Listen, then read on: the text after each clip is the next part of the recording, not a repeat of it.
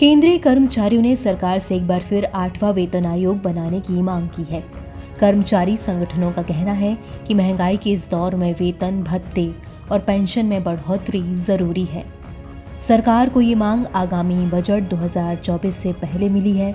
भारत का 2024 से 25 का बजट 23 जुलाई को लोकसभा में वित्त मंत्री निर्मला सीतारमण पेश करेंगी। ये मोदी सरकार के तीसरे कार्यकाल का पहला पूर्ण बजट होगा। केंद्रीय कर्मचारियों और पेंशनरों के हित की रक्षा करने वाले कई संगठनों ने सरकार से मांग की है कि वो जल्द से जल्द 8वां वेतन आयोग गठित करे। इस आयोग का नाम केंद्रीय कर्मचारियों और पेंशनरों के भत्ते, वेतन और दूसरे लाभों में संशोधन की सिफारिश करना होगा। हाल ही में confederation of central government employees and workers के महासचिव SB यादव ने कैबिनेट सचिव को पत्र लिखकर 8वें वेतन आयोग के गठन की मांग की है। इसके अलावा उन्होंने पुरानी पेंशन योजना को बहाल करने, कर्मचारियों और पेंशनरों को 18 महीने के महंगाई भत्ते यानी कि DA का भुगतान और कोविड-19 महामारी के दौरान रोकी गई राहत राशि जारी करने की भी मांग की है। इससे पहले ज्वाइंट कंसल्टेटिव मशीनरी की नेशनल काउंसिल ने भी 8वें वेतन आयोग के गठन पर जोर दिया था। तो आइए अब उन मांगों को देखते हैं जो केंद्रीय कर्मचारियों ने सरकार के सामने रखी है। NPS को समाप्त किया जाए और तमाम कर्मचारियों के लिए पुरानी पेंशन योजना को बहाल किया जाए। कर्मचारियों और पेंशन भोगियों को 18 महीने के महंगाई भत्ते का भुगतान किया जाए जो कोविड-19 महामारी के दौरान फ्रीज कर दिया गया था।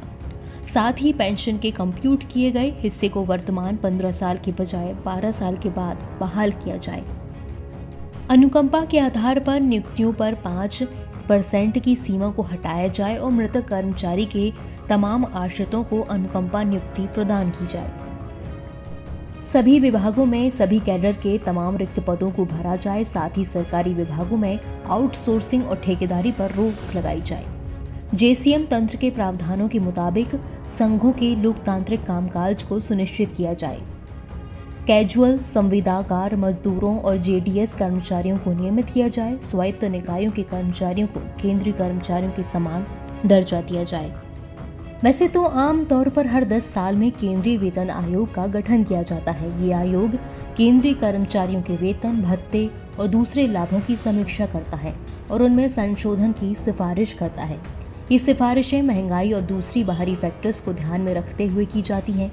7वें वेतन आयोग का गठन 28 फरवरी 2014 को तत्कालीन प्रधानमंत्री मनमोहन सिंह ने किया था।